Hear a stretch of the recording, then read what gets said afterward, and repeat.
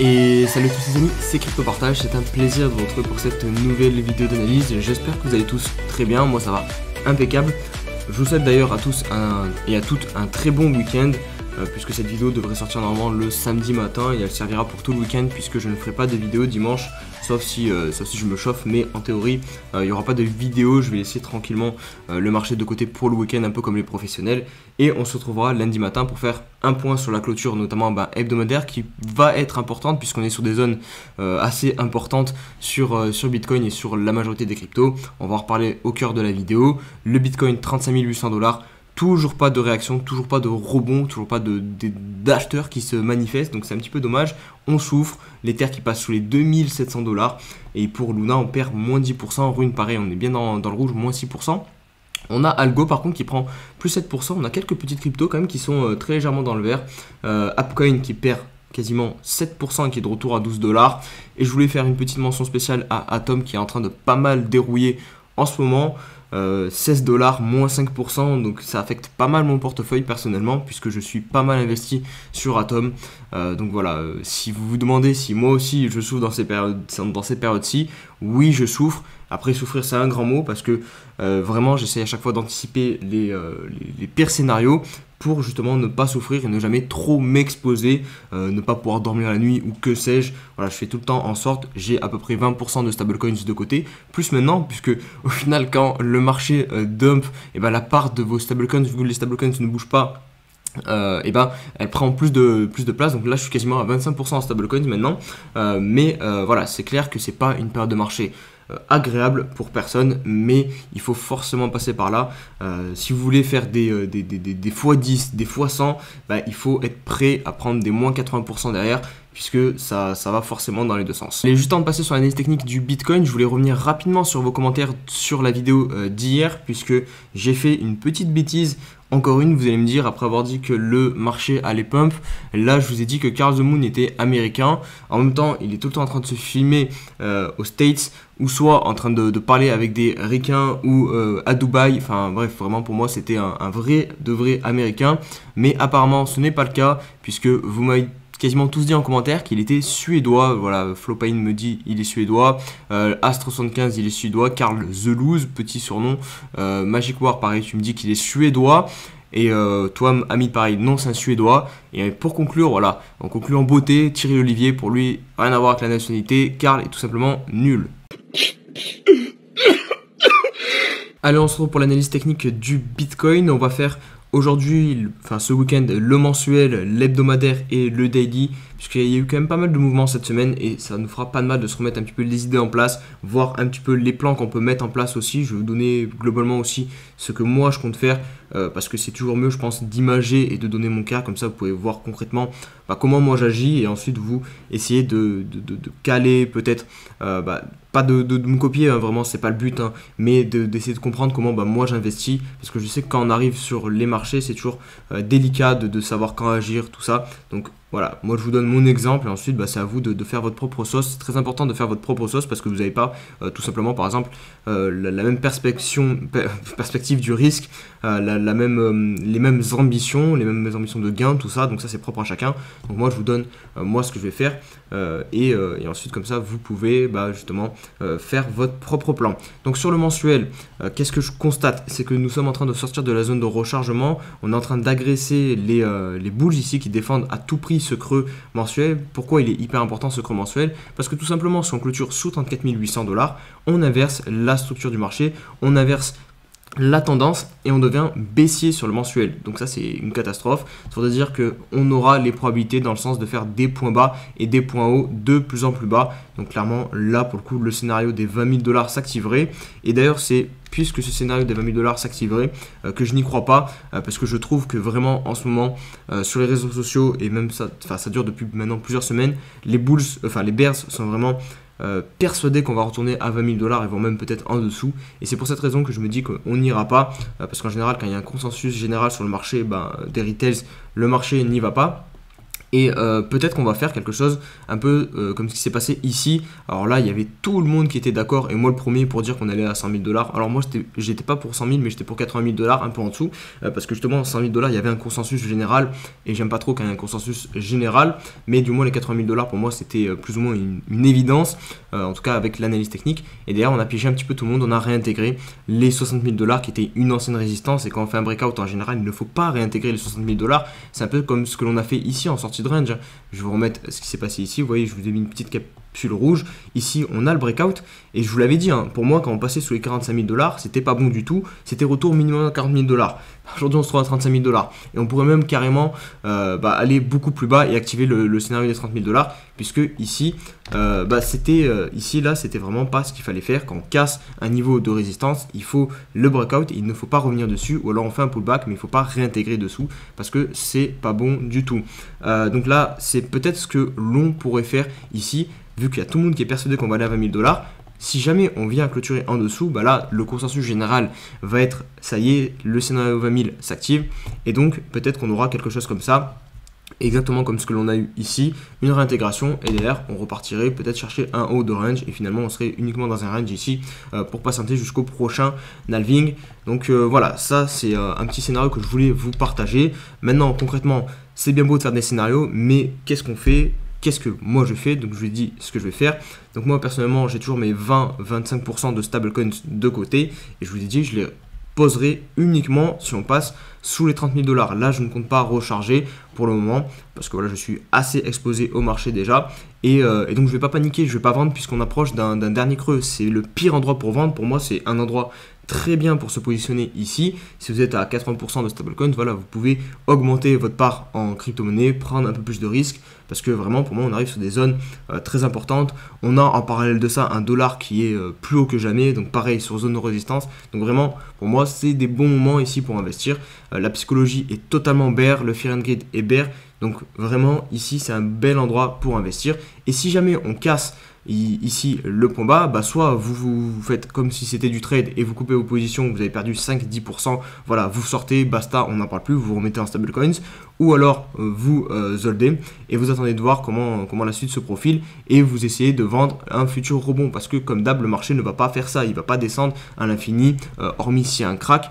Mais là un crack c'est ce qu'on a eu au Covid par exemple, et en général si le Bitcoin n'est pas un scam, et on aura une reprise en V-bottom, mais voilà, on aura des structures. Il y aura forcément des mecs qui vont shorter, donc on devra les dégager à un moment ou à un autre, donc on aura un rebond, et c'est ici qu'il faudra vendre. C'est pas quand on arrive tout proche des derniers creux. Donc voilà, pour résumer, moi ce que je fais actuellement, c'est rien du tout. Je ne suis pas en train de paniquer. Si jamais on clôture en dessous, j'essaierai de vendre. Je diminuerai mes targets de vente qui étaient notamment à 50 000 $. Je la diminuerai et je chercherai à vendre la zone de vente logique. Donc qui sera, admettons, si jamais on vient faire un creux ici à 27 500 $, hop, je vous mets le niveau Fibonacci, hop, voilà. Donc elle débutera à 39 000 $ à peu près jusqu'à 42 000 $. Donc j'essaierai d'alléger un petit peu dans cette position. Pourquoi j'allégerai ici? Tout simplement puisque je vais faire un petit peu de ménage. Si on passe sur une tendance baissière, tout simplement les derniers sommets mensuels seront les zones où les vendeurs se positionneront. Donc ici il y aura forcément des vendeurs qui essaieront de défendre la tendance. Et donc c'est ici qu'on aura le meilleur risque reward. Donc c'est ici que moi personnellement j'essaierai de chercher des ventes. Voilà pour le petit point mensuel. On va passer sur les autres unités de temps. Mais là, au moins, vous avez un petit peu un cadrage. J'espère que j'ai été assez clair de ma vision du marché actuellement et des zones d'intervention un petit peu que moi, j'essaierai de trouver. Allez, on va enchaîner maintenant avec l'hebdomadaire. Et l'hebdomadaire, il va être à surveiller. Donc, la clôture sera dimanche soir, puisque vous le voyez, la bougie qu'on est en train d'effectuer cette semaine, qui est d'ailleurs la 6e bougie d'affilée. On en reparlera rapidement après sur Twitter. C'est assez catastrophique.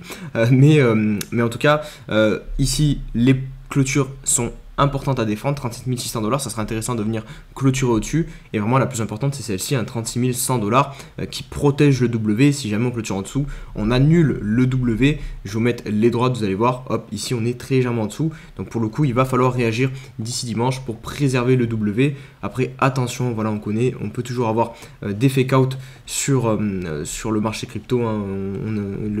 Les market makers aiment bien faire ça, jouer avec les retails. Donc moi ce que j'ai regardé, c'est le le Bitcoin CME, hop. Donc le Bitcoin qui cote au Chicago Mercantile Exchange, donc là c'est plus les professionnels. Et si on se met en cours de clôture, alors j'ai repris le même là, ouais j'ai repris le même, je me disais je suis en train de bugger, hop c'est celui-ci, voilà. Donc ici la clôture est un peu plus basse, elle est à 35 400 $. Et vous le voyez, ici, ils ont clôturé donc vendredi soir pour l'instant, puisque le CME ne cote pas le week-end, à 35 900 $. Donc là, pour le coup, la structure est encore haussière, est encore préservée sur le Chicago Mercantile Exchange, sur les contrats à terme, donc sur le Bitcoin. Donc ça, c'est à surveiller aussi. Ça peut nous donner un petit peu d'indice. Si jamais la clôture est ambiguë et qu'on clôture, je sais pas, 100 points en dessous ici, ou 100 points, 100 $ ou 200 $ en dessous, ben, on pourra se dire si jamais, voilà, sur le CME, on clôture au-dessus, attention, c'est peut-être un fake out, peut-être que le marché est encore en train de jouer avec nous. Donc voilà pour l'hebdomadaire globalement. Le daily, on n'a toujours pas de réaction sur le bad range, parce que pour moi nous sommes dans un range avec un petit fake out ici, un petit fake out ici, et donc là on travaille le bad range. Donc on va voir, mais pour l'instant on peut noter aussi qu'on n'a toujours pas fait un point bas plus bas que ici, hein, tout simplement, puisqu'ici on avait la mèche qui avait touché les 34 300 $. Hop, ici on a une mèche qui a touché les 32 300 $ à peu près. Et ici pour l'instant on est posé sur les 35 000 $. Donc en soi la structure peut être toujours haussière pour les optimistes. On a certes en cours de clôture clôturé en dessous. Hop, si je vous mets les droites vous allez voir, vous voyez ici on a bien clôturé en dessous. Donc voilà, on est clairement en train d'agresser pas mal les acheteurs, mais ça reste quand même pour le moment toujours un risque reward très intéressant. Je vous ai montré le mensuel, on est sur des zones où les acheteurs doivent vraiment défendre le prix. C'est vrai que pour l'instant il n'y a pas de réaction, hein. Vous voyez ici on a fait deux seules bougies, il n'y a pas de mèche, il n'y a rien, le bulge ne relance pas. Donc on va voir clairement comment la reprise se fait, notamment lundi sur le marché US, si oui ou non on a enfin une semaine verte qui va se mettre en place sur le Bitcoin, puisque là ça fait quand même plusieurs semaines maintenant qu'on est sur du rouge, et en théorie on devrait quand même avoir une semaine verte, hein. Voilà, 6 semaines vertes, 6 semaines rouges, je sais pas combien de je sais pas si c'est même déjà arrivé dans l'histoire du Bitcoin. Donc on devrait au minimum avoir un petit rebond. La zone est clairement là pour rebondir. Maintenant, est-ce qu'on doit encore attendre une mèche de capitulation et ensuite derrière rebondir et repartir? Ça, voilà, je ne peux pas le prévoir, mais c'est clair qu'on se trouve sur une zone ici où on doit rebondir et on ne doit pas trop s'éterniser, parce que sinon on pourrait vraiment changer la structure du marché et passer vraiment baissier sur le Bitcoin à plus long terme, et ça serait pas du tout ce que l'on veut voir. Dernier petit point aussi, j'y pense, je voulais vous montrer sur le RSI, j'ai oublié de vous en parler dans une dernière vidéo, mais maintenant ça fait quand même plusieurs jours, plusieurs semaines aussi que nous sommes compris entre le niveau 50 et le niveau 34. Le niveau 34, ça fait maintenant depuis le 2 février 2022 qu'il n'a pas cédé. Vous voyez, à chaque fois on revient le chercher, il nous sert de support. Et le niveau 50 qui est la zone où on bascule dans le côté plutôt positif sur le RSI, dans le côté plutôt surachat, et ben ça fait depuis le 6 avril 2022 que nous ne sommes pas passés au-dessus. Donc intéressant de constater ce petit range sur le RSI aussi. Donc dès qu'on aura peut-être un signal, soit une clôture en dessous donc de 34 ou une clôture au-dessus de 50, on aura soit un signal bull plutôt ou un signal baissier. Allez, on passe sur Twitter pour faire quelques petites news et quelques petits tweets que j'ai jugé intéressants de vous passer dans la vidéo. Le premier, c'est Slimane Imura qui nous parle de Coinbase. C'est vrai qu'on oublie souvent cette action Coinbase qui a quand même causé un peu le top du marché en avril dernier, en avril 2021. Le jour de son introduction en bourse, c'était le top tout simplement. On était ici, je vais vous montrer. Hop, on était ici, donc le 14 avril 2021, c'était l'introduction en bourse de Coinbase. Tout le monde s'attendait à ce que cette news, ça fasse exploser le marché crypto. Mais comme souvent, les news sont déjà pricées par le marché. Et on a eu le magnifique Sell the News qui s'est mis en place derrière. Et pour Coinbase, c'est très très compliqué. Je vais vous montrer l'action Coinbase. Hop, elle est ici. Voilà, c'est une catastrophe donc pour cette action, puisque depuis qu'elle s'est introduite, le marché crypto globalement n'a fait que corriger. On notera ici qu'elle n'a pas fait un nouvel ATH, alors que le Bitcoin a fait un nouvel ATH durant le rallye qu'on a eu en novembre 2021. L'ATH est à 428 $ lors de son introduction pour Coinbase. Là on est venu chercher les 370 $, et depuis la structure est assez claire, hein. Ici on avait une consolidation qui nous a permis de venir chercher ce sommet. D'ailleurs on revient tester ce support, on le casse, et regardez comme c'est vraiment très très propre. On perd le support, on vient faire un backtest, on refait un deuxième backtest, même un troisième ici, et derrière on s'écroule complètement. Et là on est clairement en recherche de pétrole, Donc personnellement je vais clairement pas m'aventurer sur l'achat de Coinbase. Là je vous mets l'hebdomadaire, et l'hebdomadaire est vraiment très propre aussi. On voit très bien ce niveau pivot ici des 200$ qui a soutien en tant que résistance. Maintenant on va falloir attendre des structures, ne jamais acheter un couteau qui tombe, parce que là je n'ai aucune idée de jusqu'où il peut tomber. Alors peut-être pas dans le négatif, on va peut-être pas abuser, mais c'est clair que il va falloir attendre des structures qui se mettent en place sur l'action de Coinbase. On enchaîne avec les fameux 6 semaines de baisse qui commencent à faire pas mal de bruit sur Twitter. Donc je vous ai mis un petit tweet à l'histoire de résumer ça. 6 semaines de baisse, est-ce qu'on vise de baisse? J'ai dit de baisse, pardon. Est-ce qu'on viserait pas les 10 semaines? Alors j'abuse évidemment, hein, ça me donnerait qu'on ait quand même 10 semaines de baisse sur Bitcoin. Je sais pas si des personnes ont cherché sur le graphique.